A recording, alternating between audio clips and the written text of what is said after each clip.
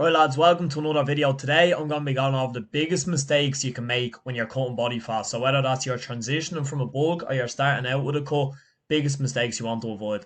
Biggest mistake anyone makes when they set a target for themselves of losing fat is cutting the calories by way too much from the start.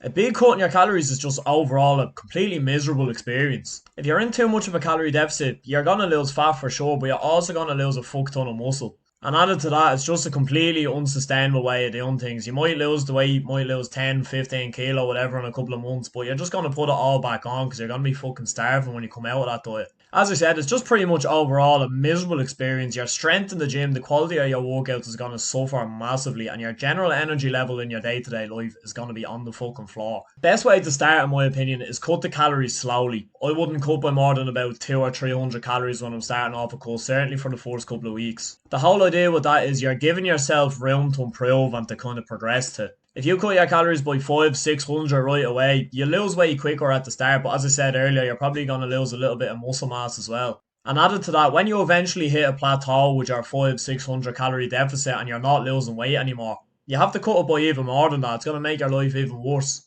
Keep the calorie deficit low at the start. Over time, you can progress it then. Once you hit a plateau, you can drop the calories a tiny bit more and keep going from there. Second mistake most people make, and I fucking hate this one.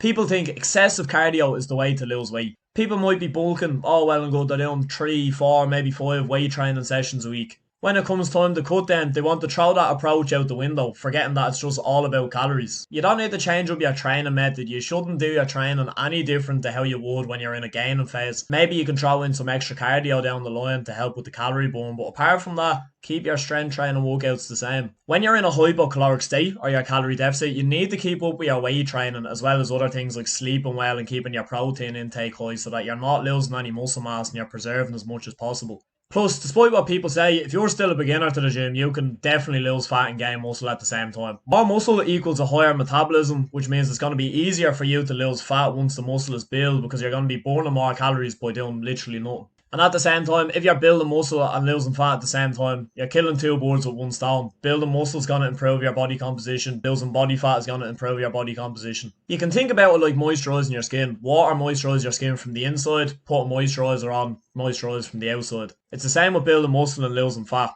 Losing fat strips off that outer layer, kind of acts like the moisturiser. Building the muscle then increases that definition from the inside like water would. And I'm a big advocate of training for strength and performance. In my opinion, exercise should never be looked at as a method of just burning calories. And I know with all the smartwatches that people use now, it's getting even more like that. Someone completes a good workout straight away looking at the watch how many calories did they burn. You're not a rabbit on a wheel trying to earn your food. Train for performance, diet for your weight loss. And another thing that people do wrong that if you start doing right now can massively help with your motivation levels even to keep going. You need to track your progress. Whether you're trying to gain weight by bulking or losing fat by cutting, always track your progress. What gets measured gets managed. The 3 main metrics of progression I'd be using for losing fat is getting progress pictures, body measurements and your scale weight. Progress pictures, get them in the same lighting, same angle, same pump or no pump every 3-4 weeks maybe. Body measurements, most important one that's going to tell you that you're losing fat is around your waist. But you can also get other ones like your arms, your chest, your legs. They're all going to give you a pretty good idea as well. And you need to avoid the emotional attachment to the scales. I've often had clients and they weigh themselves one day at the start of the week, all's well and good. They're updating me constantly throughout the week saying my weight is going up a little bit. Day-to-day fluctuations in your weight are completely normal. I could have woke up this morning at 85 kg and done everything I'm supposed to do. Do my cardio, do my steps, do my training, calorie deficit maintained, but I could still wake up in the morning a little bit heavier. Could have drank more water, could have ate more carbs, could have had more sodium in my foods. Get your scale weight every morning. Don't think about it for the week. Get your average at the end of the week and keep repeating that every single week. And give yourself time as well. What's the rush? You're not going to lose a load of fat in 2 or 3 weeks. Take your time with it and don't get emotionally attached, as I said before. Now, of course, it will be the case sometimes where you'll get your average 1 week of your weight, get it the next week and it hasn't come down. Sometimes that can be the case from a week to week basis, even if you're still maintaining your deficit.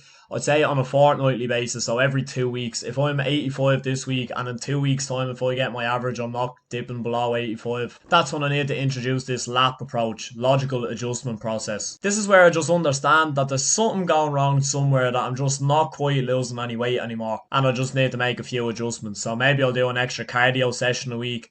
Maybe I'll cut my calories by 100, 200 calories a day. Maybe if my average step count at the minute is say 10k a day, I'll bump it up to 12k. And then again, you go back to getting your weekly average and it should start to come down. So keep these tips in mind. Remember, always stay logical about everything. Don't get emotionally attached to the scales is a really big one. And if you like the video, as always, like and subscribe, and I'll see you later in the next one.